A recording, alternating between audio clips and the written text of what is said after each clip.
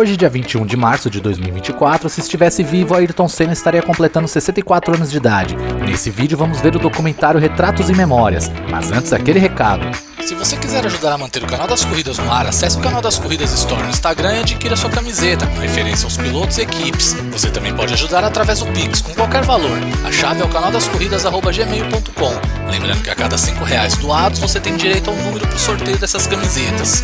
Ah, se você também é fã de miniaturas, não deixe de conferir a página Oliga Miniaturas. Lá você encontra modelos de Fórmula 1 na escala 1x10. O trabalho é todo feito à mão em PVC expandido e madeira. Quer algum carro de Fórmula 1 específico? Ou prefere um carro que marcou a sua vida? Alguma aeronave, embarcação, action figure? Converse com o Saul, ele vai tirar todas as suas dúvidas. Você encontra a Oliga Miniaturas no TikTok, Instagram e YouTube. Não perca essa chance de ter a mini que você sempre quis. Diga que você viu esse anúncio no canal das corridas e ganhe um desconto exclusivo.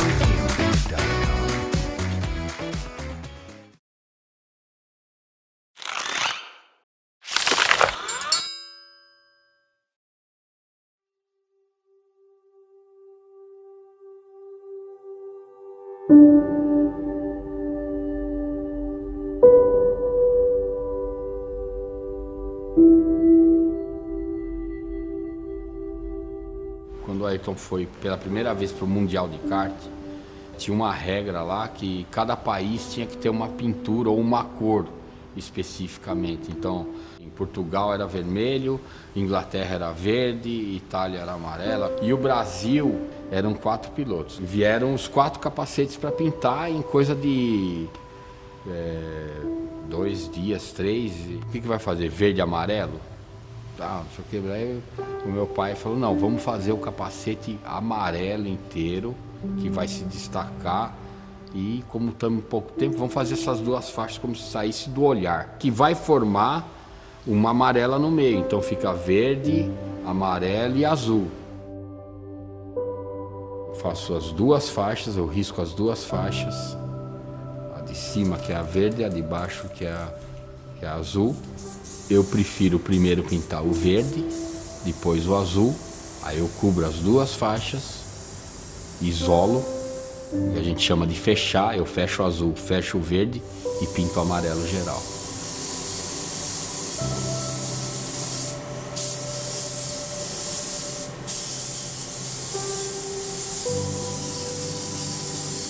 Quando é pintado amarelo, que é a última cor a ser pintada, que a gente retira a fita, é muito bonito isso aí, é um ato legal, que vai aparecer, a pintura floresce, né?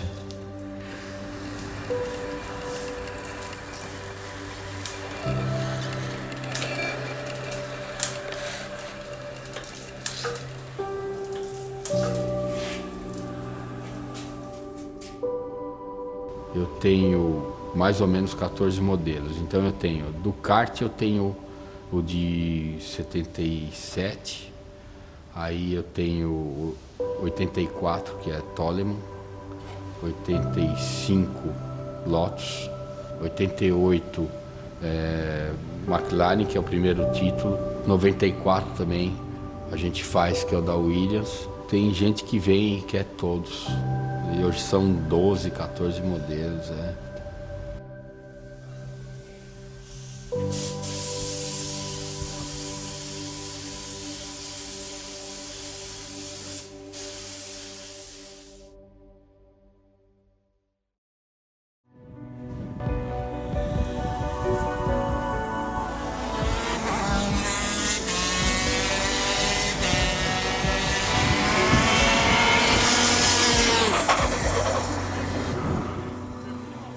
I was only 25, he was 17, so what's that, 9 years? No, maybe I was 24, something like that.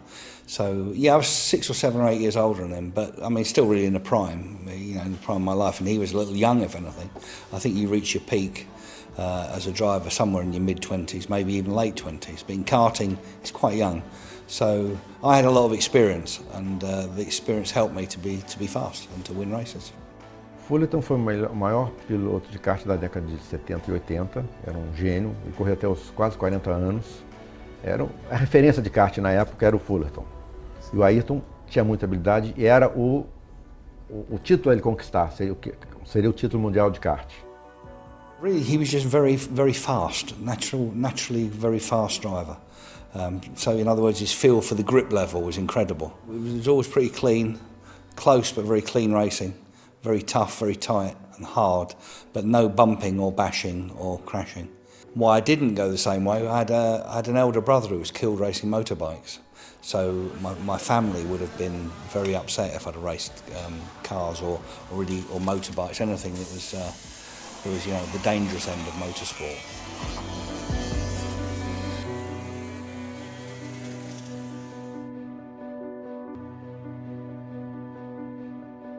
So then I saw Ayrton Senna da Silva, then went to find him to see what he looked like.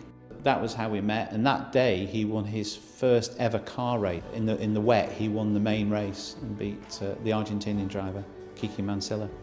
And afterwards, I wandered onto the podium, and there he was with his new wife, Liliane, and the light was beautiful. It was in March, but the sun was out in England. It was very low in the sky, and it shone right in their faces, and they were hugging and kissing, and I took the pictures, you know, to him, and he saw them, and he was very pleased with them. So that was how I started working with him. Ouvi falar de que tinha menino que tinha vindo do kart, que estava na Fórmula Ford e que era muito bom. E aí se aproximou e disse assim: o senhor que é o senhor Galvão Bueno? Falei: eu sou o Ayrton Senna da Silva.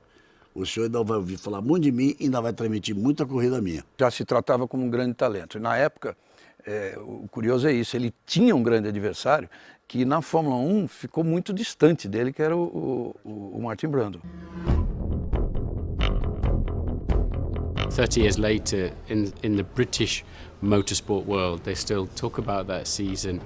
It's become something everybody likes to remember. The one day his car was on my shoulder, another day we touched at Snetterton, and he twice had his license endorsed for dangerous driving, which he was very, very unhappy about. Yes, he had accidents, but it was usually because he was carrying so much speed.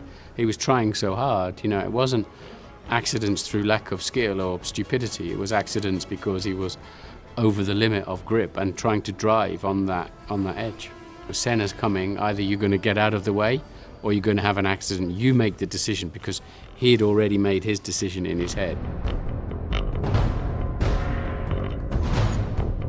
Now I think the drivers are coming from karting at 8 years old, 10 years old maybe, and they are prepared to be professional racing drivers, mentally, physically, nutritionally, in every way, to speak to the media.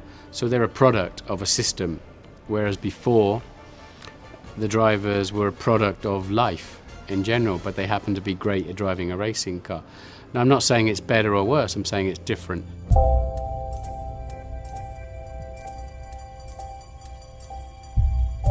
Ele achava que ele tinha problema no coração, porque ele corria 25 minutos e quando chegava, muitas vezes ele estava desmaiado, ele nem sabia como é que ele chegava, ninguém entendia, e no fim ele ganhava a corrida. He was just not fit enough. He'd underestimated how much longer a Grand Prix was than any race he'd done before. Ele desmaiou na África do Sul, passou mal em Silverstone, teve algum problema em Hockenheim.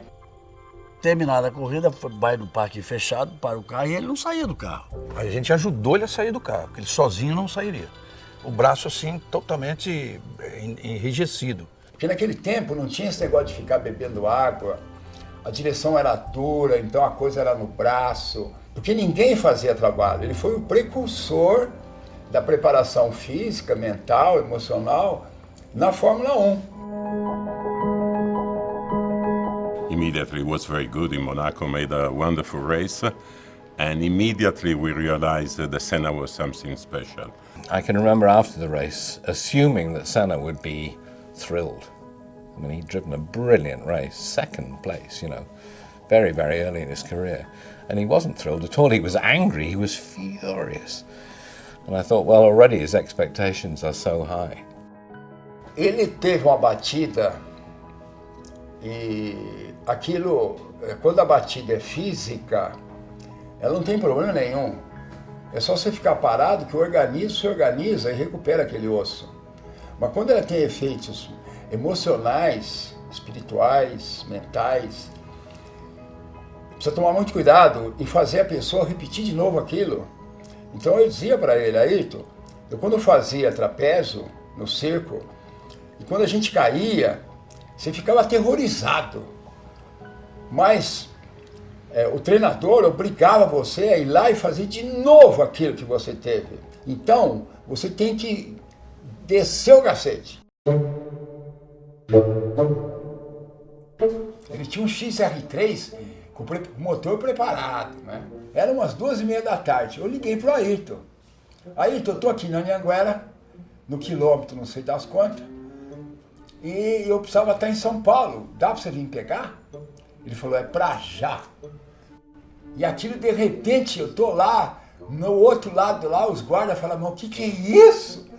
Passou uma coisa ali. Entendeu? Era o Ayrton. Mas a viagem de volta dá um livro.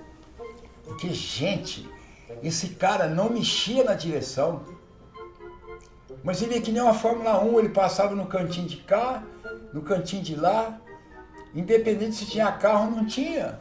Porque quando tinha carro ele passava também. Eu não aguentava. A minha filha estava branca. Aí, pelo amor de Deus, para com isso. Não dá para aguentar esse negócio. Porque você via carro passando para cá, carro passando para lá, e ele... E a gente já achou que tinha batido 10 vezes já, e não tinha batido nenhuma ainda. Mas uma emoção, uma falta de ar, um frio na barriga, olha, uma sensação inigualável, era uma velocidade absurda, mas a maestria dele, passando os carros, era de uma leveza, de uma segurança, mas a gente não tinha isso, tinha que fechar os olhos, você passava mal, era um horror. Foi um dia que a gente chegou molhado, e a Rosane falou, pai, por que você chamou esse rapaz? E ele rindo, sorrindo, tirando sarro, né? Vocês estão nervosos por quê? Eu tô leve.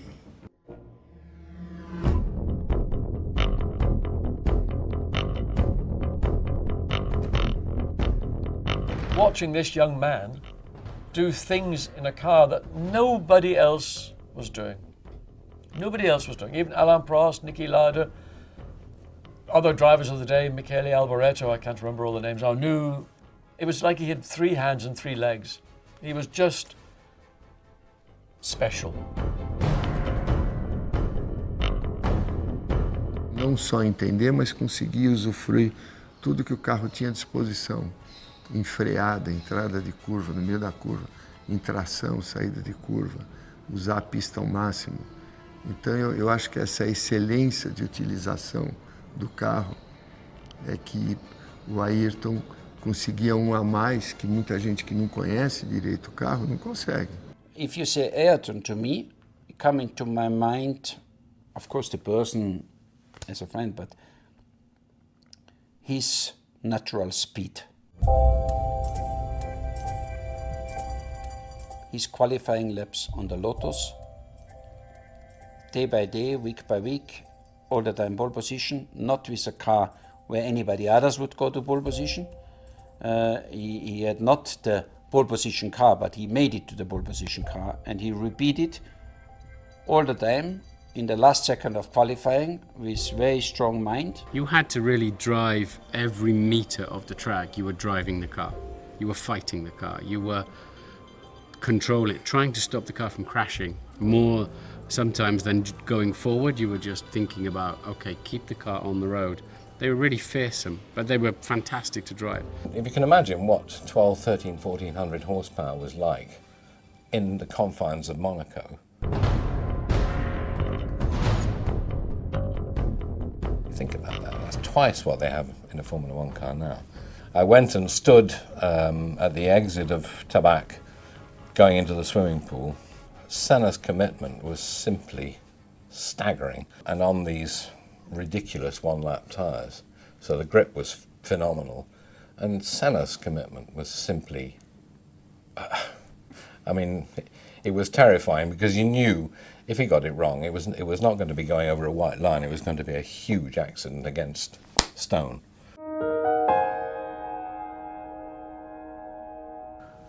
Senna caught my eyes the first time in Monte Carlo. I was in practice and I tried to qualify very quick, and suddenly in the middle of the road somebody was going slow, didn't look in the mirrors and destroyed my lap. I found him in the pits, went over there and said to him, why are you not cooperative like we all are? You're new here in Formula One. So what we normally do is we move over and let the other guy qualify, and this is the way it is. So he looked at me and said, fine, no problem. The Saturday qualifying for the grid position and all this. I qualified on pole position and I stayed out, going slowly, waiting in the mirror when Ayrton comes. Ayrton came round the corner like crazy. I was in the middle of the road and I stopped. Really? Then I accelerated again and his lap was 0. In the pits, Ayrton came crazy. And I said to him, here. And then from this moment on, we had a very good relationship. He accepted everything. I talked to him, he talked to me, no more problem. It was a difficult time for me because I had signed my contract with Lotus, equal number 1 with Ayrton for 86, and we would alternate the spare car. I'd already picked my mechanics, my engineer, everything. And then I got a phone call in December to say, can you come to the factory? I was thinking to come to the factory for Lotus to sign the contract and give me the first payment. And I could feel that the mood was a bit different. And I got into the boardroom and I was told in the boardroom that unfortunately they couldn't take me for 1986. And then of course they said that Ayrton didn't want me as his teammate. He wanted to be completely number 1. He wanted sole use of the spare car. And I think with hindsight and reflection, I'd have to say that I think he thought of me as a threat, which is a positive thing for me. I think he also knew that the team was not good enough to run 2 number 1 cars. He knew that the team didn't have the money, the budget, the capability, the mechanics, the engineers, the management to be able to concentrate on 2 drivers. And Ayrton was strong with the sponsor. He put a lot of weight into the sponsor to get rid of me. And that's what happened. They tore up the contract in front of me. Then something really strange happened. I had a letter in the post from Ayrton wishing me all the best for 86. And I don't think he realized the impact he had on my life. I think he just was only thinking of one thing, and that was Ayrton Senna, what was best for Ayrton. I don't think he thought he was hurting me. I don't think he thought that he was destroying my career. I think he just thought what was best for Ayrton Senna.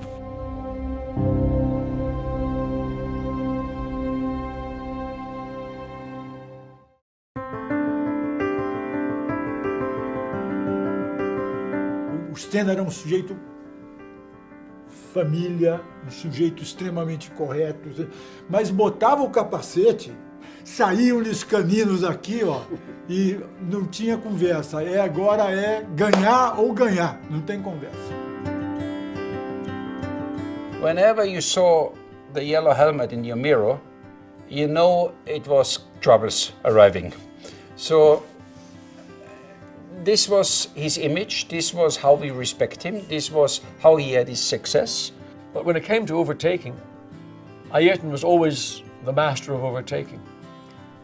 Largely because I think when people saw Ayrton coming behind them, they recognized the car, obviously, recognized the helmet, and they went, oh my God, it's Senna, he's going to pass. 彼とコース上で行き合うのは僕がラップダウンする時なのね。だからミラーから来て後ろ姿を見るっていうのがまあほとんどよくあったんだけども。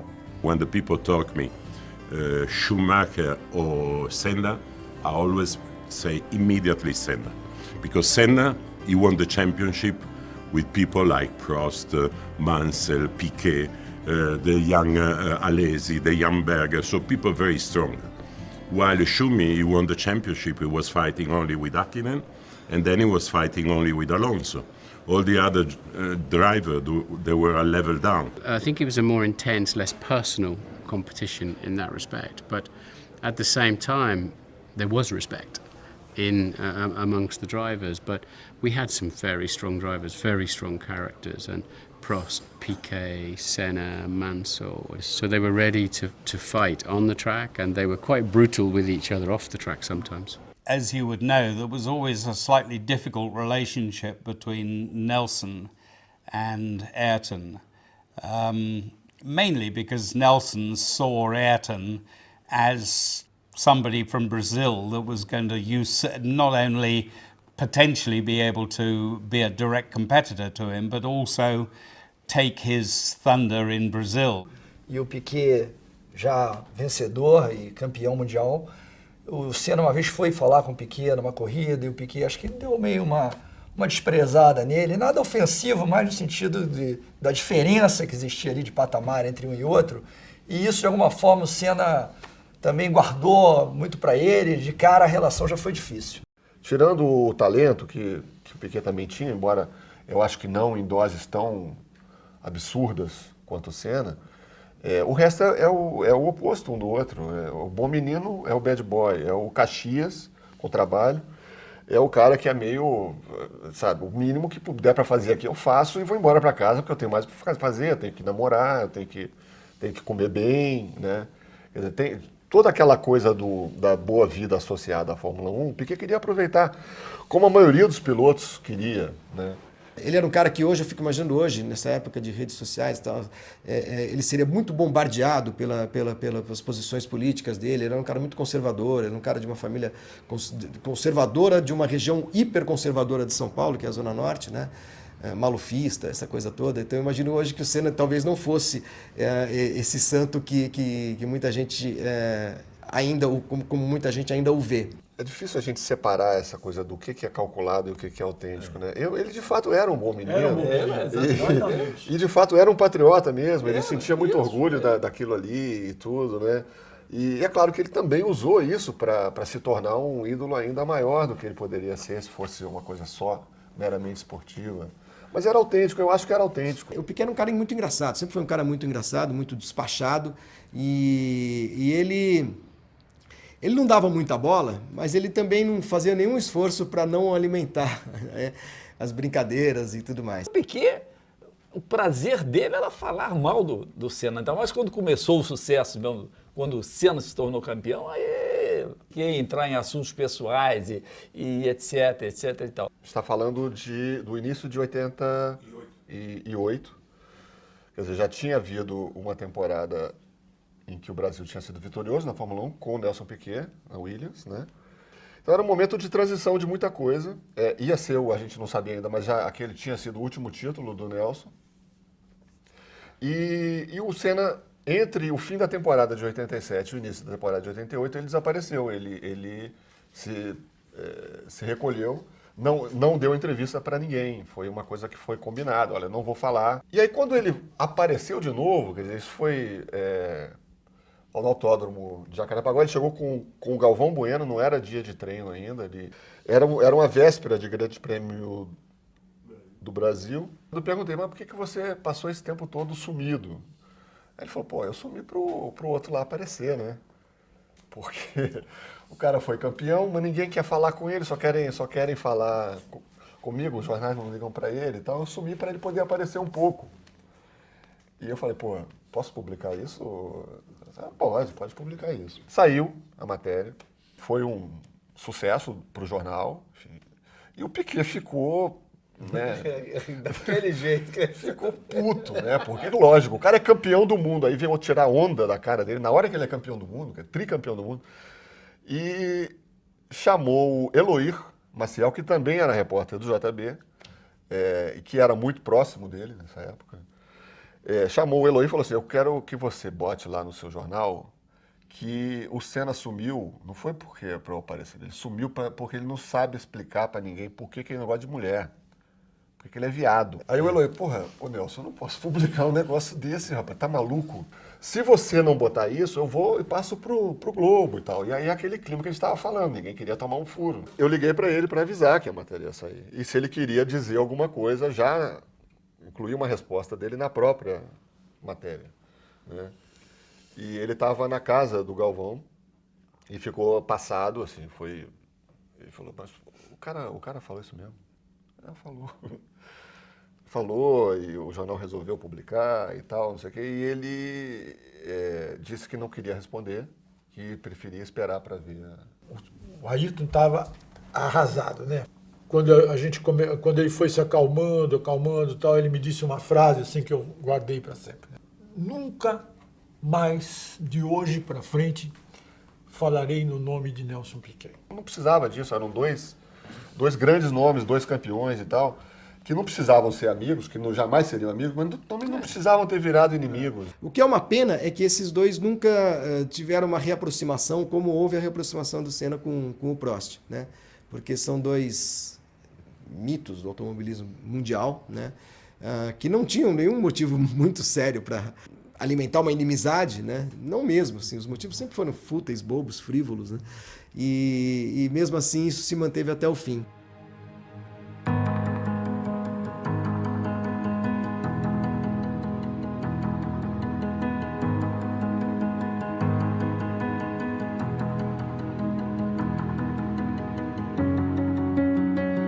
You could definitely feel his presence, you know, all the trophies that are in the cabinets. I've been to all the different sections of the factory where they store the old cars.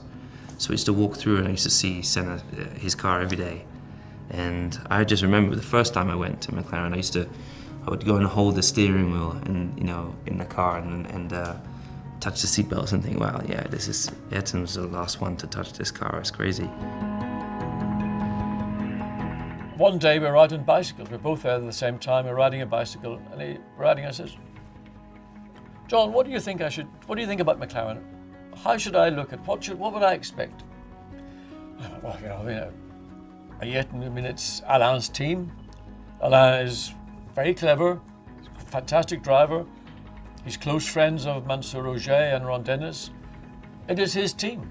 And I mean, if you decide that this is the right place to go, and sure it's a great team, and they're going to have Honda engines, then you go in and you take your little time and find a way and work your way into the team. And he sort of were riding our bicycles, and he went, no. If I go there, I'm going to go in and I'm going to raise the level. I'm going to destroy Prost. I'm going to destroy him physically. I'm going to destroy him mentally. I'm going to go in and completely, overwhelm Alain.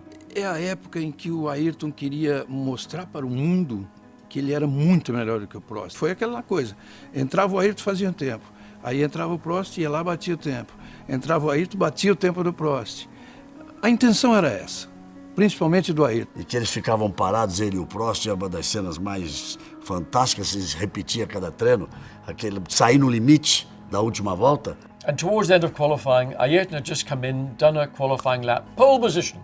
So Alain gets into his car, and remember, Alain is Mr. Monte Carlo at this stage, goes out and beats Ayrton's time by a tenth or 2/10 of a second. Alain comes in, and he did his normal thing. He throws the seat belts off, stands up in the cockpit, stands in the seat of the car, and of course the press, principally the French press, are round him, and it's, Alain, how was it? Alain, this, and it's like this. And at this time, Ayrton gets back into his car, goes back out, flying lap at the end of the session. I mean, Ayrton, I think, was a second and a half quicker in qualifying. I mean, that's unbelievable, a second in equal cars. Foi dos melhores treinos dele, ele voou na pista, mas quando voltou pro box, ele parece ter se assustado com alguma coisa que tinha acontecido. Ele falou que ele foi andando mais rápido, e que entrou num túnel, assim. Eu acho que isso aí é o seguinte, ele era tão talentoso e ele estava tão bem casado com aquele automóvel que quanto mais rápido ele foi andando, Aí chegou um ponto que o automóvel passou a ser uma extensão dele. It wasn't really him driving the car, that he felt that he was almost on top of the car, watching him drive the car. And I can kind of understand it. I've never experienced it, but I can understand it. He got himself in these trances, which is world famous. I don't think there's been a driver really that got to that qualifying lap. Ele estava num nível de automação entre ele e a máquina que ele guiava aquele carro por instinto, né? When we drive, we're in that monotonous super rhythm, if you like, and everything comes easy, but he put the bar so high. And all of a sudden, Alain, who had been the focal point of the media attention and the team attention, was just, sorry, Ayrton. And Alain was left standing like, we call it an orphan, a child without a family. He was just standing there. What's happened?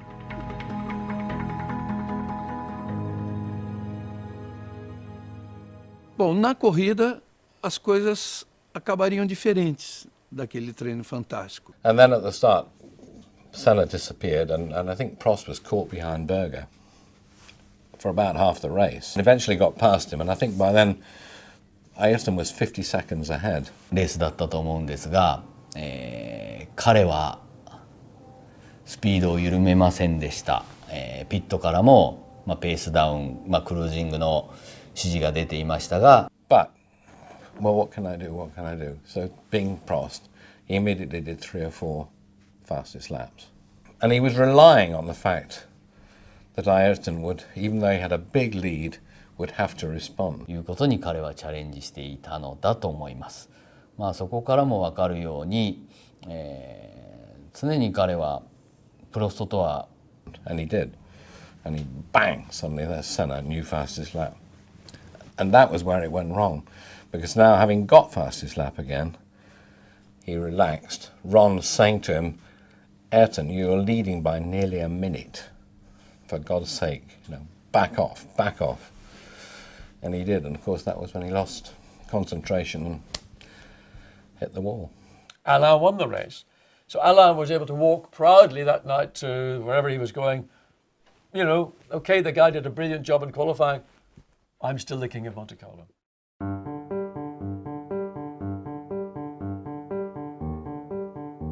Maybe the greatest driver pairing ever. Perhaps you could compare, maybe you could say Fangio and Moss and Mercedes together. But that was a different relationship because Fangio was very much the master and Sterling was the pupil, the schoolboy, learning from the master.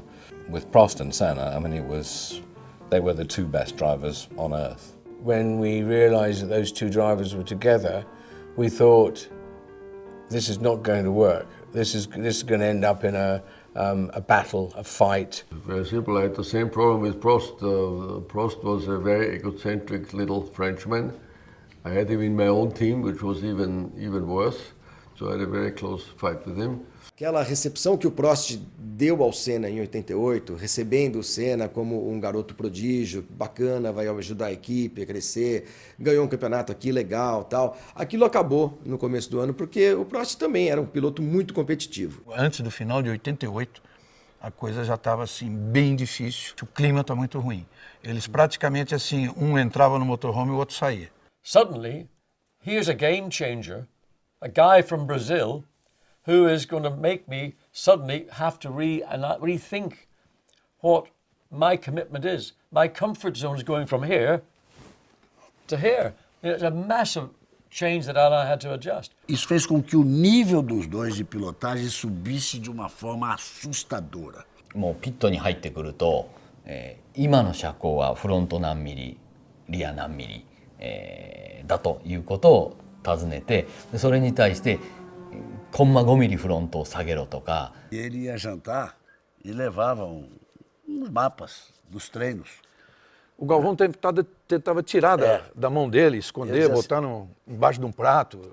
Falei, não, eu preciso ver isso. Você é mal educada, vamos jantar. Eu me lembro de uma entrevista que eu fiz com o engenheiro-chefe da Honda. Ele virou para mim e disse, o Senna é um samurai.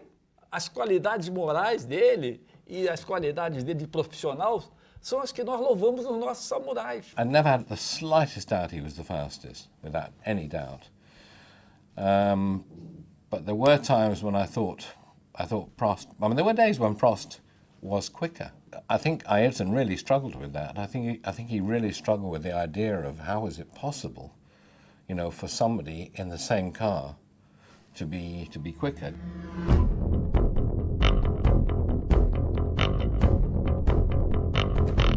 He just kept saying, Nigel, I said to them before the race, I told Ron, just remember this.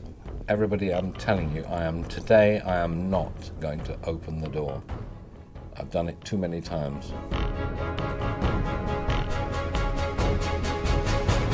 And then suddenly, Alan just disappeared. For like 40 laps, he disappeared, and you could see Ayrton thinking, where did he go? And then he got closer and closer and closer. The two best drivers on earth, absolutely on the edge, lap after lap after lap after lap. And you just forgot anybody else was in the race, you know. E pedir para piloto aliviar tanto o que está na frente quanto o que está atrás para fazer a ultrapassagem, piloto do nível do Prost e do Senna, é falar sozinho. Ele falou, ultrapassagem não tem hora. Eu não sou precipitado. Eu passo na reta, eu passo na curva, eu passo em qualquer lugar. Porque a hora que eu vou passar, eu olho, tem um espaço para passar uma jamanta. Ele chegou na chinqueira e Senna meteu por dentro, vai bater, vai bater! Assim bate, o favorecido é Prost! Prost já soltou o cinto e pulou saiu do carro campeão. E o Ayrton, desesperado, ficou acenando para os fiscais de pista empurrarem o carro dele. その時に自分は確かテレビでスピンターンって言いました。コースに戻ってレースを続けた方がいいとっさに思ったんですが。A área de escape é para ser usada quando você está numa situação de emergência. Aquela foi uma situação de emergência. Ele fez a coisa certa, mas o cara agafou ele. Aí deu aquela confusão toda, né? Aí ele foi roubado descaradamente pelo Balestre, né? What then took place following that with Balestre and all this pantomime, I mean, it was disgraceful. I mean, the way that Balestre took over control as the president of the FIA, not his position to do that. It was a pantomime. O Balestre, muito magnanimamente, ofereceu para Ayrton a chance dele se redimir desde que ele fizesse um pedido formal de perdão. Baniu o Ayrton do campeonato do ano seguinte, só que aí ele descobriu que a opinião pública mundial ficou contra ele, o Balestre, né, o presidente da FIA. E aí, e também os patrocinadores. Um campeonato mundial sem a presença da grande estrela seria um campeonato manco. McLaren put out a statement with Ayrton supposedly apologizing for some of the things he had said about Balestre. And I remember when he came out, and we all laughed because we all thought, this is pure Ron Dennis. This has nothing to do with Ayrton. E aí ele fez justiça com as suas próprias mãos, né?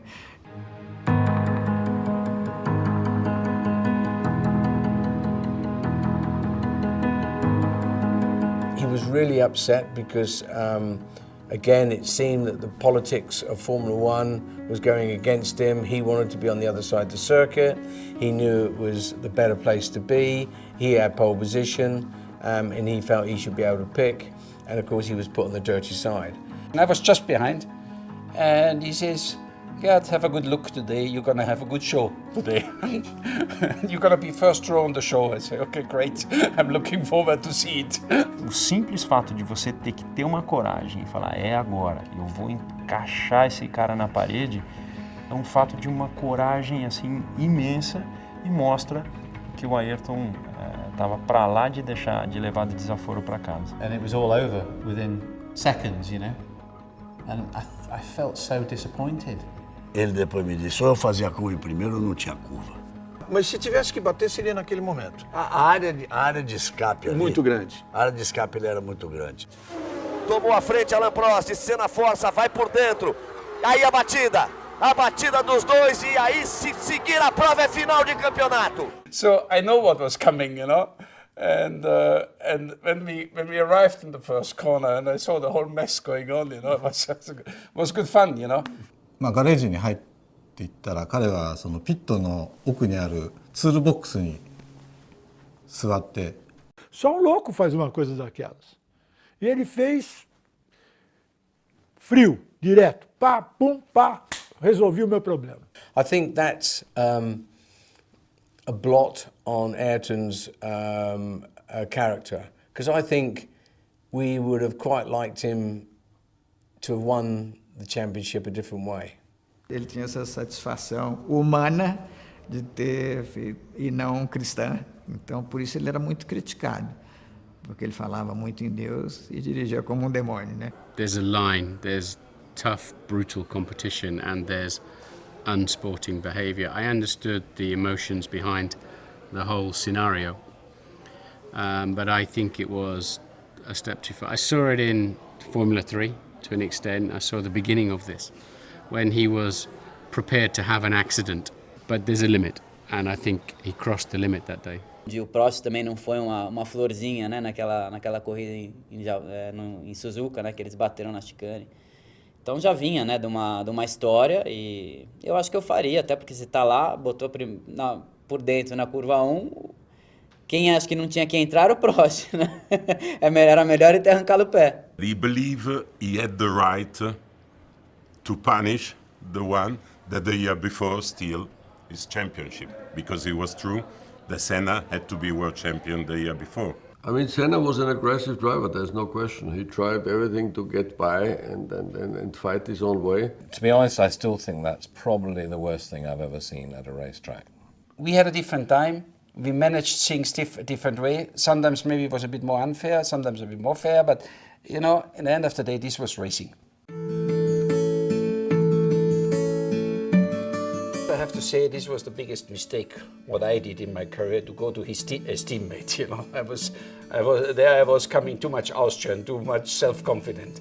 I study him very careful over months. What is his strengths? What is his weakness? And I always just found strengths. I never found weakness. He was training more. He was training in Brazil in 40 degrees heat. I was sitting here on the mountain on cold and go drink a schnapps on the chalet. He had a lot of experience in karting. I didn't have the karting experience. He was all day long with his mind into racing. I was half into racing, half into the discotheque. So, you know, I just could see the guy is above.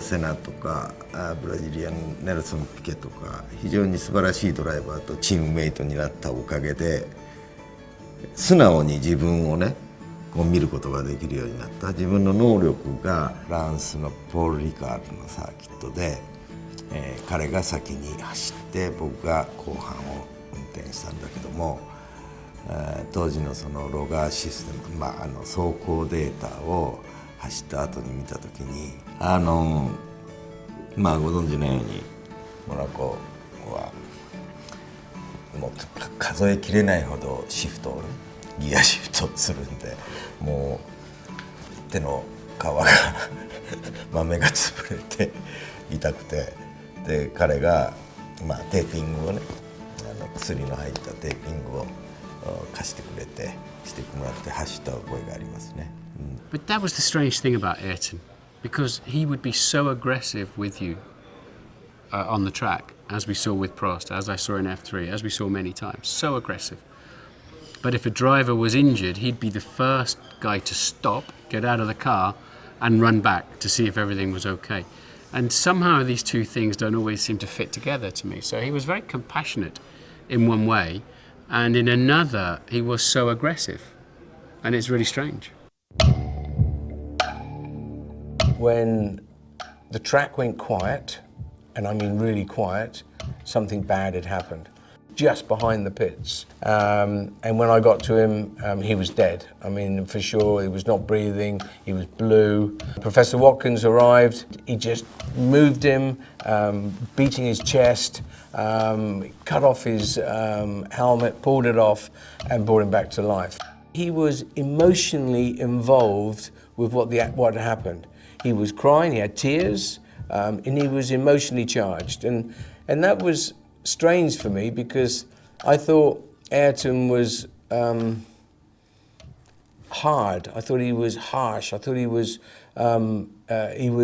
beyond that kind of emotion, but the emotion was just pouring out of his body. Immediately after the accident, he went out and went faster than ever. But I asked him if he had to be brave to do that, and I actually timed it was like 37 seconds while he thought of it, and his eyes were welling up, and he was, barely in control of his emotions.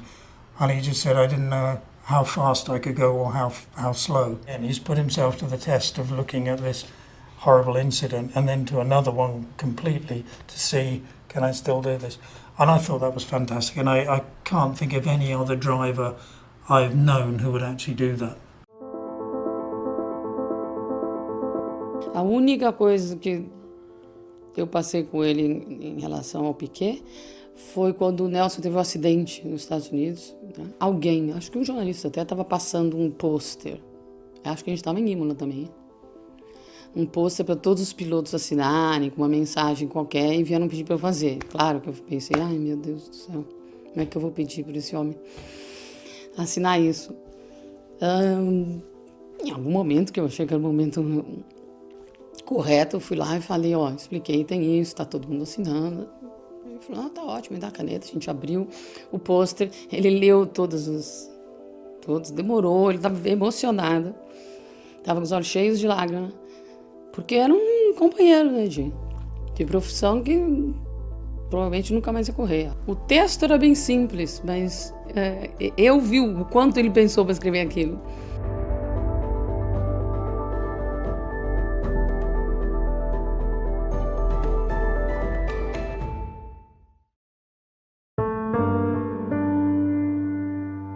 We had a lovely letter from Ayrton saying what a great driver he was and how sorry he was for me and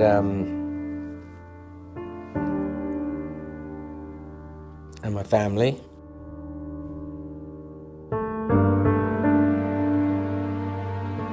He wasn't that ruthless, hard person that he was on the track, because he was a hard driver, as we all know, but he had a sentimental side that was kind of special, and it meant a lot to my family that someone as great as Ayrton Senna would take the time and bother to send a tribute and to write a note to the family saying that a great driver will be missed.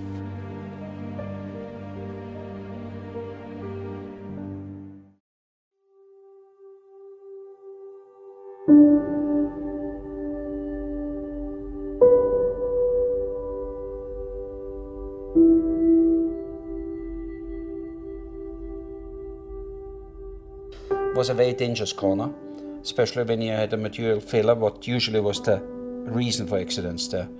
And I had a very, very bad accident there. And when I was in the hospital, Ayrton called me. I have to tell you, this corner is bloody dangerous. We have to change something there. One day somebody gonna die there. And he says, yeah, you're right. I say, next time when we're in Imola, we go and have a look and see how we can move this wall. A short time later, we had a test there, and we both walked to the corner together, and we stayed on the wall and looked behind the wall, and behind the wall was a river.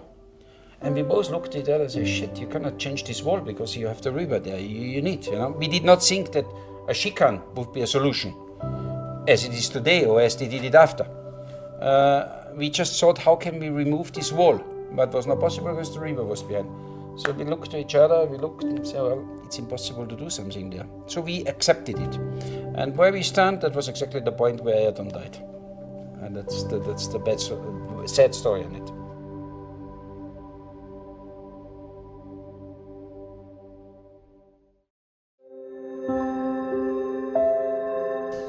Eu tenho cabelo, eu tenho pente e tenho a tesoura que eu cortei o cabelo dele na Grécia. Eu tenho guardado. Mas isso é uma coisa minha que está fechado a 7 chaves, tipo num cofre. Ele não gostava de cabelo muito curto. Ele gostava que deixasse o cabelo dele assim mais para comprido. E inclusive ele não gostava que deixava as orelhas dele de fora.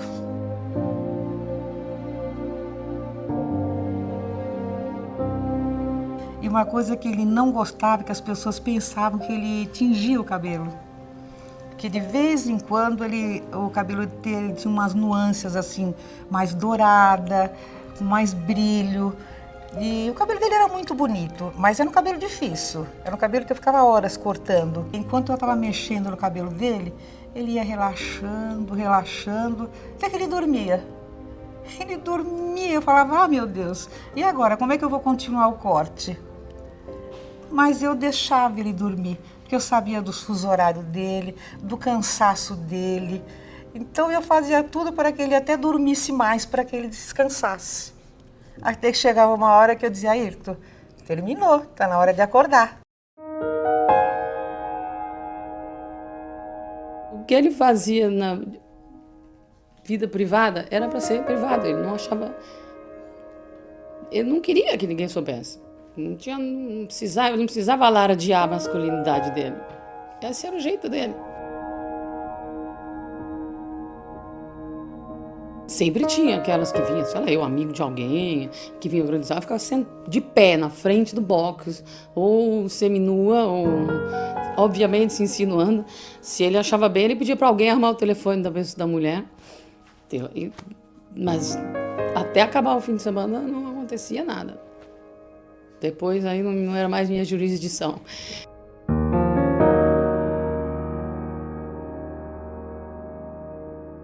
If I had not watched the Grand Prix, when Ayrton arrived at the aircraft, I could not tell from his manner whether he had won or lost. He was so even the whole time, totally even. Wonderful guy. Normally people who own private jets, they're egocentric megalomaniacs, and many of them, and in fact the vast majority of them, were gangsters. But Ayrton was totally different, and as I say, there was only 3 people that I ever worked for that were straight. I used to say, come and fly your jet. It's your jet, right? Come and fly it, you see. And I taught him to... I didn't need to do much teaching because he already flew the helicopter. There were just a few things that I had to point out, but in general, obviously, he had a magnificent feel for the aeroplane. He could land that aeroplane very well indeed. It was my responsibility to make sure that he didn't do anything silly, right? But he didn't do anything silly. シューシャが来てる時のアイルトンは、just like a high school boy. Ele ficou apaixonadésimo de 4, mas e a impressão que eu tenho das outras pessoas contando é que, enfim, ela queria viver a vida em público e ele não queria viver a vida em público. Mesmo depois de amadurecer tudo, ele nunca quis viver a vida em público. Ele não queria contar para a imprensa o que ele come no jantar, nem qual a roupa preferida dele, nem nada. Tudo que ele pudesse preservar, ele preservava da privacidade dele, enquanto, pelo que eu entendi, a Xuxa, né? Sei lá, a vida com a Xuxa era uma coisa muito na mídia, exposta, que ele não queria, que ele não gostava.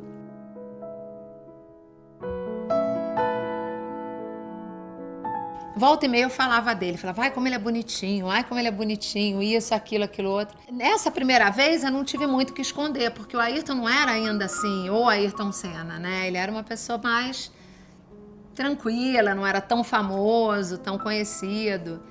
Então, eu nunca, enfim, viajei com ele, nunca nada, foi um namoro assim no Rio de Janeiro. Até que nós terminamos, porque eu achava aquela coisa muito chata, na época tinha muito teste de pneu aqui. E então ele vinha para o Rio, lá ia ele para o autódromo. Eu falava, ai gente, ele ficou o dia inteiro, é teste de pneu, é carro, é isso, aquilo. Eu não tinha muita paciência com aquilo. E aí acabamos terminando e tal. Mas a gente terminava e voltava, terminava e voltava. Foi um pouquinho antes do Grande Prêmio que ele ganhou em São Paulo. E acabamos voltando. E ali sim, acho que foi uma coisa mais madura, mais séria. drama, na verdade, é que ele era um homem super obstinado pelo trabalho dele, focado no trabalho dele, o que é uma grande qualidade. E eu acho que um pouco isso, quer dizer, essa distância, eu sempre relutei muito com essa coisa dele morar fora, a coisa da fama que se tornou enorme depois, né? Ele se tornou o querido do Brasil. E tinha um lado engraçado, as meninas do motorhome da McLaren me chamavam de Cinderela. Então, quando eu chegava, começava a gritar, Cinderela, Cinderela, você chegou. Então, tinha aquele lado divertido. Eu sempre tentando fugir daquele monte de jornalista, né? Ficava trancadinha no motorhome ali, quietinha. Como sempre, tentando o máximo possível não me expor. Então, eu tinha um pouco de digamos assim, não medo, mas, assim, eu acho que eu sempre procurei não expor a minha vida, o máximo que eu pudesse não expor. E ele também era muito querido com relação a isso, porque ele não expunha nenhuma das relações importantes da vida dele, nunca expôs. Ele ficava muito focado, assim, né? E aí, quando acendia a primeira luz, o primeiro sinal, ele já fazia assim com a mãozinha para eu sair dali e ir embora. E sempre com o olhinho focado para a pista, super concentrado. E aí eu sempre jogava um beijo para ele, ele me jogava um beijinho assim com a luva, piscava e eu saía. Tinha um lado muito angustiante, porque é uma profissão perigosa, né? Então, às vezes ele brincava comigo, quer que eu ganhe e tal? Eu falava, eu quero que você volte. Eu não queria em momento algum ser aquela que tá, poxa, mas você vai correr a vida inteira? Poxa, mais isso, mais aquilo. Quer dizer, eu admirava profundamente ele como ser humano, profundamente ele como homem, profundamente como profissional que ele era, mas em algum momento aquilo não se encaixava mais na minha vida.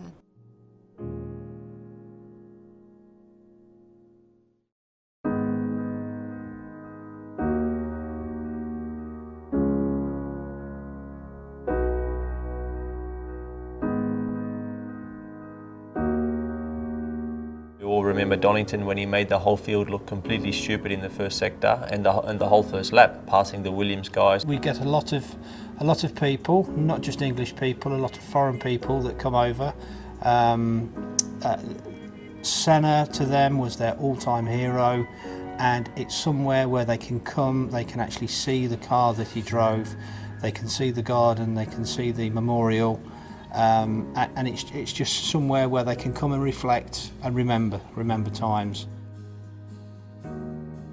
It was an absolutely fantastic race for the spectator to actually see, and I think people like Prost, they were sort of saying that there wasn't very many overtaking points. After the race, he retracted that and said yes, it was a good race.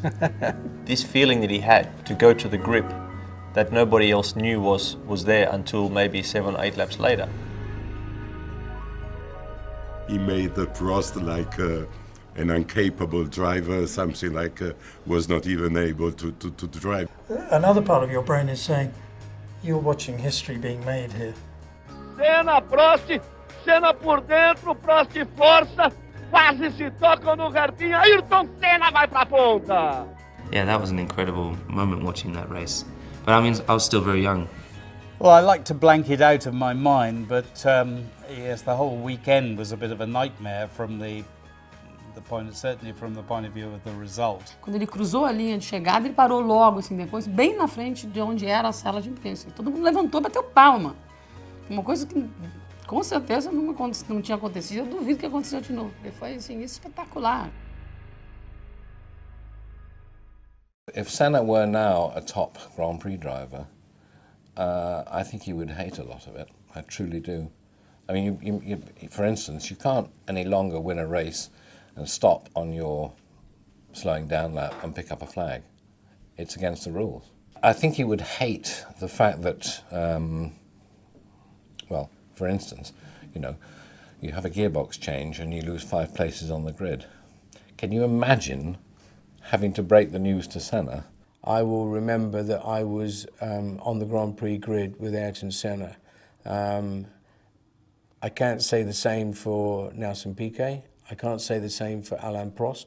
I can't say the same for Nigel Mansell or Patrese or any of the great drivers, but I can say the same for Ayrton Senna, because he made an impact on not just my life, but millions and millions and millions of life. You meet people like that maybe once or twice in your life. I don't know what it is makes them so special, but you know, I once met Juan Manuel Fangio, and for me it was like meeting literally God.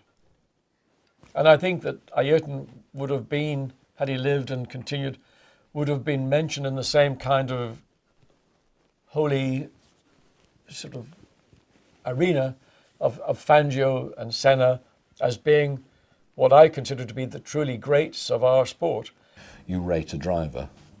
If you say he's no Senna, in the 50s you would have said, well, he's no Fangio. The biggest compliment you can do to a human being, even when you're dead for such a long time, that you are still remembered. And when you're remembered, you must have done something very special. Whenever I was asked by a lot of people, who do you think was the greatest driver, so I said, you cannot compare, because every century is different, but the only one I can tell you I like is Senna. I came to Brazil 2007, and it was the first time that I'd felt his presence, really felt his presence, you know. It was really, and it's just amazing that one individual could be loved by so many. It's just remarkable and, you know, really inspiring, you know, and it makes me, every day makes me want to be a better man and be like him. I wish one day that, you know, when my time comes, I hope that even if I have the smallest, you know, 1% of the effect that he's had on the country, I hope I have the same.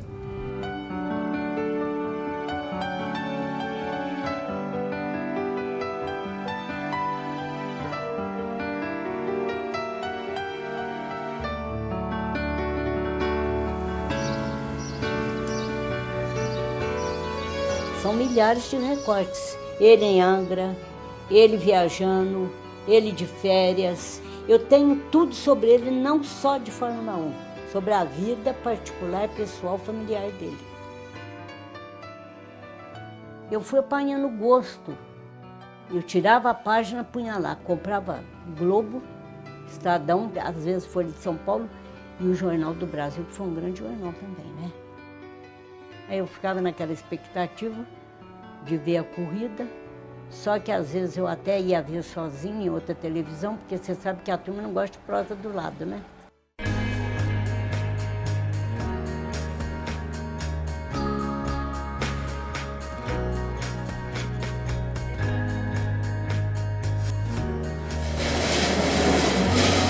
Aquele pôster, na verdade, eu só fui ter coragem de montar aquele quebra-cabeça muitos anos depois da morte dele, né? E eu coloquei lá porque é um simbolismo para mim, são as paixões.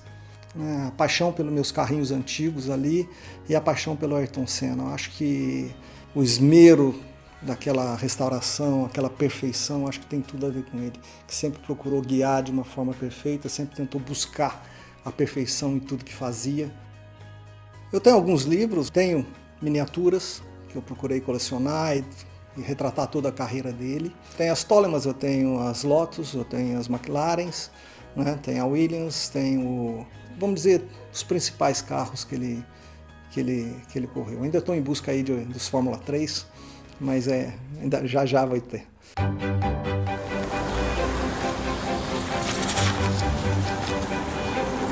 Ó, a gente tem um mural do Ayrton Senna, né?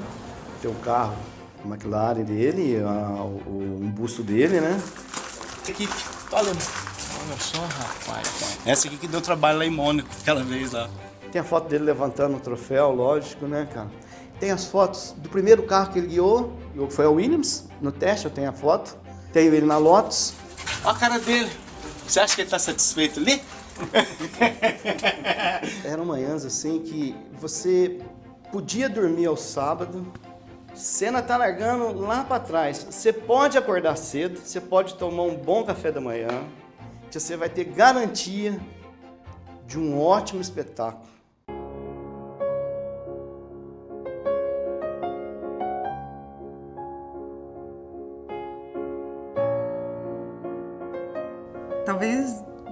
primeira mão você saiba agora que se não fosse o Ayrton Senna, eu não teria virado atleta. Talvez eu não tivesse sido campeã olímpica. Foi lindo essa provocação do hino, de ouvir o hino e ter ele no pódio, né? Que a gente tem o ídolo nosso, né? Tem a nossa inspiração. Eu tive muitas inspirações para chegar até uma medalha olímpica, não foi só o Senna, mas ele foi uma delas. Na volta olímpica, foi o Senna que eu vi carregando a bandeira e eu pegar a bandeira da China também e falar, não, vocês me ajudaram a chegar, vocês me apoiaram, o povo chinês. Então eu estava lá para agradecer todo mundo que estava do meu lado, de uma maneira em geral, correndo com uma bandeirinha. E eu que não sou um fã número 1 de automobilismo, eu ficava em casa aos domingos, não saía de casa para ver o Ayrton Senna correr. Como se eu fosse ver um jogo de futebol, ver o Pelé atuando, um grande artista, um Zico, um grande jogador. E era realmente um fã do Ayrton Senna. A gente não está acostumado a ir lá e pisar em cima do outro e eu sou melhor e eu vou te ganhar. O brasileiro é assim, ele é humano. Então essa é uma característica humana que prejudica na hora do esporte. E eu tenho que construir a rotina do vencedor para se tornar o campeão. E isso o Ayrton era emblemático. Chegou um momento na minha carreira que eu tinha certeza absoluta que eu ia ganhar. Antes de entrar na quadra eu entrava e a um ponto já, não só eu ter essa certeza, como eu já sabia que o cara já não tinha dúvida que ia perder também. Eu já imaginava pelo outro. Falar assim, ó, puf, amigo, tá bem claro que tu não vai me ganhar. E acho que o mestre que me ensinou a fazer isso como ninguém foi o Ayrton.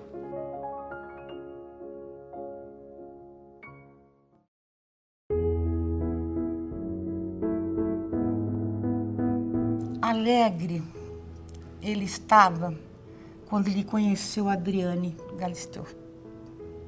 Ele ficou outra pessoa. Ele era uma pessoa completamente diferente. Mais alegre, mais falante, mais solto. Enfim, dava para perceber uma diferença no Ayrton. Era uma pessoa muito alegre, muito expansiva, muito autêntica, muito, sabe? Fala o que quer, pensa, ri de tudo. Tudo praticamente que ele não era. And we were flying into Paris, and I think they were going for some shopping and some possible presentations or something. And I said to Ayrton, please make sure she hasn't got your credit card. You know? And Ayrton, very seriously and very quickly, he said, Owen, she costs me a lot less than you. I don't think that Adriana Galisteu was the person that they wanted Ayrton to. Eu achei que ele estava cada vez mais tomando as decisões que ele queria, em vez das decisões que todo mundo queria, inclusive a família. Não era só a família, porque eu acho que ele estava assim. Sempre foi um peso para ele enorme quantas pessoas dependiam dele. Ela trouxe para ele uma leveza que acho que mudou ele substancialmente. Ela realmente ajudava ele a relaxar e esquecer tudo. Ela tinha 19 anos. Né? E tinha a leveza de espírito de uma pessoa de 19 anos. Apesar de ter tido uma vida difícil. Né? Ela já tinha perdido o pai, ela não foi uma pessoa que nasceu privilegiada como ele, Ayrton, né? Ela batalhava da maneira que ela podia. Ela sustentava a mãe com os trabalhos lá dela. Ela tinha um irmão bem problemático. And Ayrton was getting older and he wanted to be his own boss. And he was slowly breaking away from his father. Not nastily or anything, he's just a growing man.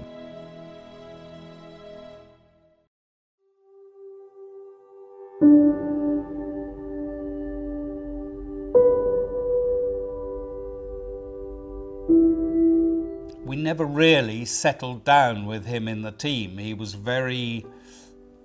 seemed to be, I wouldn't say angry, but he wasn't very communicative, so we hadn't learnt to know him in any way.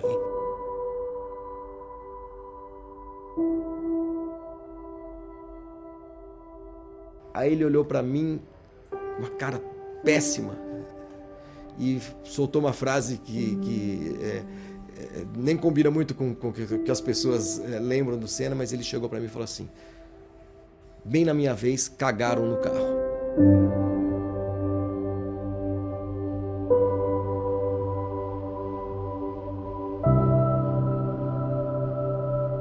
When he came to Williams, he wanted to have a bigger steering wheel, but the bigger steering wheel didn't fit inside the cockpit because the cockpit was very narrow. So they cut a little bit of the cockpit just immediately after the first testing. Everything started because Senna was not fit inside, comfortable in the car, as he used to do. Well, he told me start to understand the problem, and the car at the moment is very, very difficult to drive, aerodynamically difficult. In Brazil, in qualifying, I remember Ayrton spun on that corner that leads onto the straight. I mean, the guy was having to go back and do this again when he thought he was going to be in a team and a car that he could sit back and, you know, just drive. It's easy, no problem. Hi, fans. Now he was back like this. The car was bad. There was a bad car at that stage in its career. It was almost cruel to see it, because here was a man, a world champion, 2 times, 3 times world champion, being just nailed by the pretender to that world championship. A guy who had no respect in terms of what they were doing. I mean, may have respected him as a man, but in that context, it was man eat man or dog eat dog. Senna had been on pole position at each of the Grand Prix, but, you know, as his engineer, David Brown, said, that was Ayrton. That was not the car, that was Ayrton.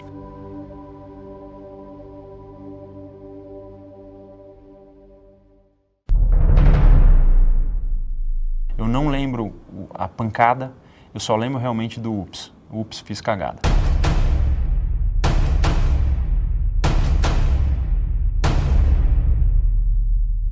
Entrei forte demais, o carro guina para a direita, é a hora que eu corrijo ele, ele volta para cá e ele... E como o próprio Sid Watkins me falou, eu morri por 6 minutos, né? Eu engoli minha língua na pancada. Então 90 Gs, são 90 vezes 72 quilos. O Rubinho deu muita sorte na sexta-feira, mas muita sorte.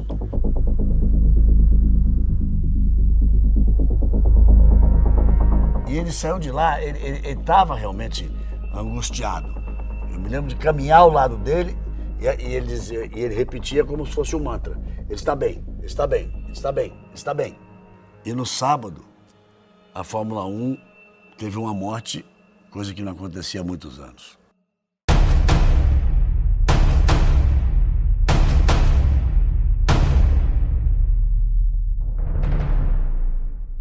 He was the guy taking the most pain for Ratzenberger's death, for example. He was the first one down to the medical center. Chorar de soluçar, assim. Eu fui lá perto, esperei ele se controlar. Então ele saiu correndo, literalmente parou o carro do safety, que ia para o local do acidente. O cara deu uma carona para ele e ele foi para lá conversar com o Sid Watkins para saber exatamente o que tinha acontecido. Quando ele voltou, ele continuava aí não abalado de chocado, mas transtornado, acho que é a palavra. And the effect that had on Ayrton was very profound. He had never been at a racetrack where somebody had been killed, ever. O Frank Williams é que estava com medo que ele dissesse, eu não vou correr. Mandou me chamar. Me perguntou, você que o conhece tão bem, você acha que ele vem amanhã para correr? Eu não tenho nenhuma dúvida que ele vem para correr. E tenho certeza que ele vem para ganhar a corrida.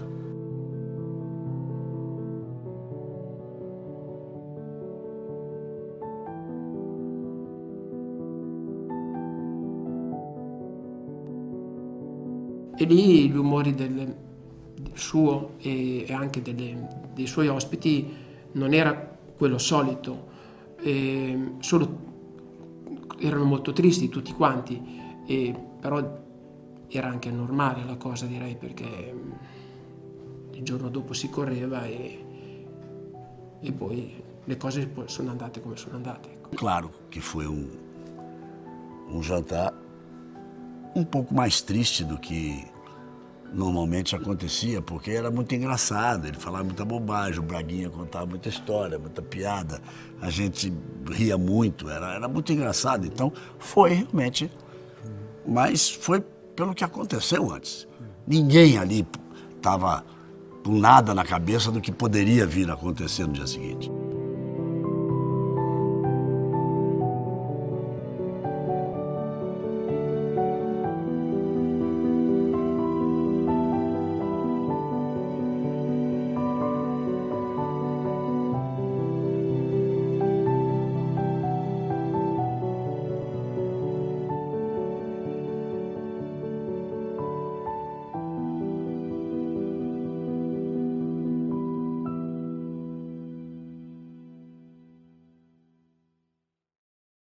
And I went to Senna in his motorhome on Sunday morning, and he was sitting in there reading the Bible, and I said, listen, I have to talk to you. I'm not the driver anymore. I was the advisor to Ferrari at the time, but you are the #1 driver of this generation. You have to do something about safety. You cannot just let these things happen. And he listened to me very carefully and said, you're right, we have to be careful now because the speed the cars are doing, that safety keeps on developing. And I convinced him that he is the master of the group and he's the only one who can move things. Ele chamou o Julian Jacobs e disse a ele, me arrume uma bandeira da Áustria. O Julian falou, como? Porque ele carregava a bandeira do Brasil e quando ganhava, fazia aquela homenagem. Ele disse, não sei, se vira. Me arruma uma bandeira da Áustria, porque eu vou ganhar a corrida e quero prestar uma homenagem ao Ratzenberger. Essa era a cabeça dele na hora de ir pro carro. I remember the driver's briefing on the morning of the race. And Ayrton was very emotional, and there was a lot of stories about we have to do something together, we have to improve safety. This is the reaction to Roland Ratzenberger's death, which was equally sad. Ayrton was, it was a very powerful driver's briefing, and Ayrton was in many ways leading the discussion, the debate. So I don't think his head was necessarily in the right place that day after the events. Quase meia hora antes foi pro box sozinho, foi pro box sozinho. E aí ele parou atrás do carro, com aquele ar assim, com um ar muito contrito, sabe? Parou atrás do carro, botou a mão assim no aerofólio, sabe? Ficou assim como se ele estivesse se concentrando para poder conseguir correr. Ele estava cabisbaixo, que ele não era. Eu não acho que ele estava com nenhuma premonição, não achava que ele estava com nenhum... assim, sei lá, medo. Eu acho que ele ia comprar aquela briga. Assim. Então agora a gente vai realmente ter que discutir seriamente, né, com a FIA a questão de segurança em todos os autódromos. Eu acho que era mais isso que ele estava pensando do que qualquer outra coisa. Acho que foi inclusive por causa disso que ele fala para o Prost, eu sinto falta de você. Porque ele era a única pessoa de grande nome lá, era ele que ia ter que carregar aquela batalha sozinho. Senna apontou, bandeira verde, lá vai Senna, é o primeiro. Schumacher é o segundo.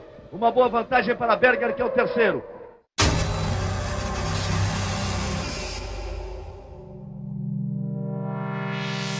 É a parte de maior velocidade, eles vão atingir aos 330 km por hora. Senna bateu forte. Senna escapou e bateu muito forte.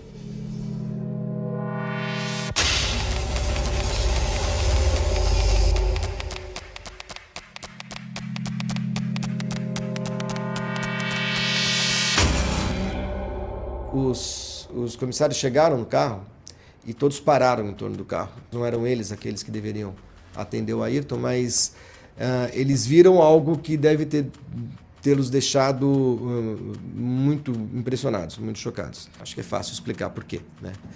Ele devia ter muito sangue na cabeça, devia ser muito visível o rombo no capacete, né? O buraco na viseira. Eravamo quasi increduli, non pensavamo che potesse succedere una cosa del genere e dicevamo non a lui e non proprio lui, è impossibile che succeda a lui. Who knows what happened? I mean, I did talk to Damon Hill a lot, and he said that he got himself into trouble at Tamburello several times. when the car bottomed and whatnot. And he said, and I wasn't going anything like as quickly as Ayrton. Uma falha mecânica. E 2, 3 meses depois, eu fui jantar com o David Coulter. Ele era piloto de teste da Williams na época. Que ele já teve uma falha no volante antes de Imola, testando um Williams. Tinha um problema, ele ficou sem volante. Então eu acho que repetiu. It's really difficult to and wrong to make comments when you don't have enough information. I think maybe the car was a bit too low and he hit the ground. I spoke to Damon Hill about the steering and he said, look, if the steering broke, you'd see his hands going like that, and he didn't feel that that's what happened. So if you ask me to guess, I think the car was running very low and it hit the ground. おそらくあの事故を防げたのはアイルトン自身でしかなかったのかなと。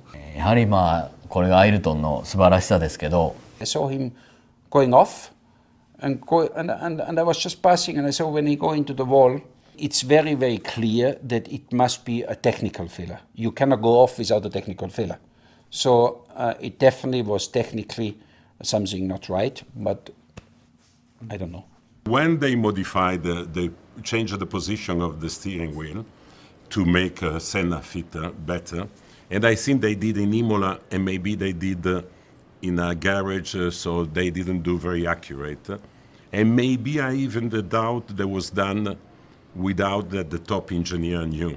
Something done by, let's say, race engineer, chief mechanics. I believe the steering column failed because I remember we immediately called Nelson Piquet, and he said, a driver, when he has some failure in the car, before going immediately on the brake, he tries to understand where comes the problem, if the say front suspension, rear suspension, because then you can do something differently. If you go so fast, so immediately on the brakes, he said to us, there is only one chance, no steering. Era uma curva difícil, de alta e tal, mas nada para você sair reto na entrada da curva, né? Tipo, começou a virar e de repente foi reto. From what I saw and from my images on the screen and my instinct as a racing driver, I would have expected the car to make a very sudden snap movement. But this just appeared to just went off. It didn't appear to turn. O Ayrton morreu porque o cockpit dele era muito baixo. Senão não ia morrer. Não era para aquela suspensão entrar no capacete. Na minha opinião, era ridículo. O piloto na época estava com o ombro para fora, porque era o design da Fórmula 1 da época, e nós na Indy já corríamos totalmente protegido, que depois a Fórmula 1 chegou nisso. I saw the Williams in the wall, saw the pieces coming, we went around them. Then we were told he was okay because he moved his head. And then we restarted the race. And 20 years later, nearly, I'm still very angry about that. We should never have started that race because quite clearly, the things we know now, Ayrton was effectively dead at that point. So we raced past a pool of his blood for 50 odd laps when we were told that he was okay because he moved his head. What we know is there was one final movement of his head, maybe some kind of nervous reaction or whatever, but he was effectively dead. So I'm really disappointed about that. O Dr. Sid, o Sid Watkins, quer conversar com vocês. E ele disse, olha, a notícia que eu tenho para vocês é a pior possível. Ele morreu. Ele tem morte cerebral. O coração ainda não parou porque ele é muito forte. Mas o senhor não pode desligar o equipamento? Ele disse, não, as leis italianas não permitem. Mas não vai demorar muito. Mas se isso serve de algum consolo, eu posso garantir que ele não está sofrendo. My father was in the other part of the house. He didn't want to be with me when I saw the news. So I remember that I had tears in my cornflakes. I was crying, watching the news, and sobbing quite a lot. I remember it like it was yesterday. I was in the track. It was Rye House, and my dad told me, or he heard from someone that had passed away, and I went to the you park the cars up against a bank, and up the bank was a train track, and I went up to the train track, and I didn't want my dad to see me cry. I went to the bar to get a coffee or whatever, and the waiter behind the bar, who was French, told me that Senna had died. And the sort of, in French, he said, Senna est mort. And I couldn't understand what he meant, so I got him to repeat it, and he made a sign like that as well and said it again. It was horrendous, it was awful, and I still feel the emotion of it now, even 20 years later. Eu acho que quando alguém morre, você também fica achando que tinha milhões de coisas que você podia ter feito. Ninguém podia ter feito nada, né? Ninguém teria convencido não correr, ninguém teria mudado nada.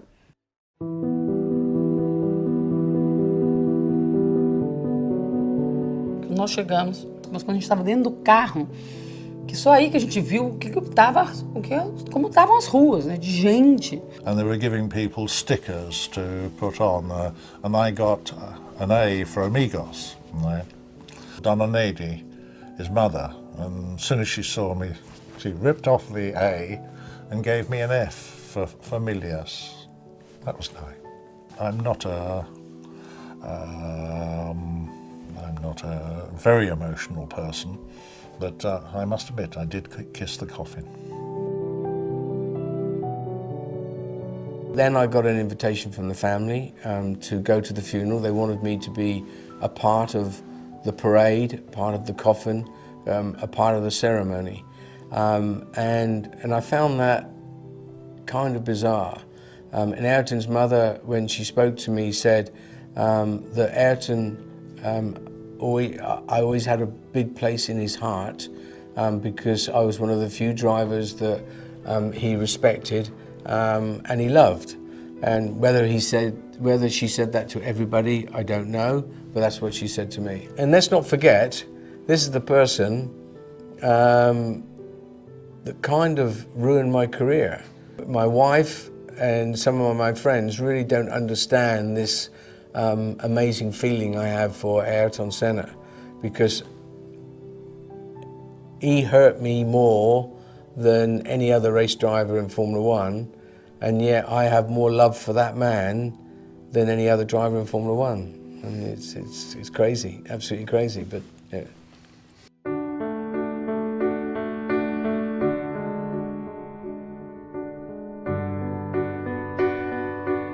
Nesse dia, minha esposa dormindo, e estava deitado ali no meu sofá, vendo a Fórmula 1, e foi um dia...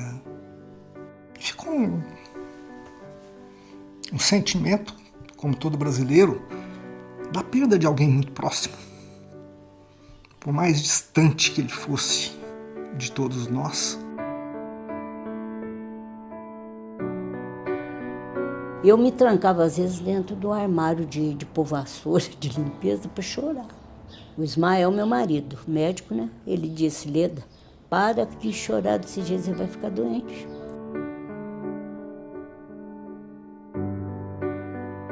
Eu saí da sala, eu fui pro quintal, lá eu aceitei, cara, aquilo. Mas foi difícil.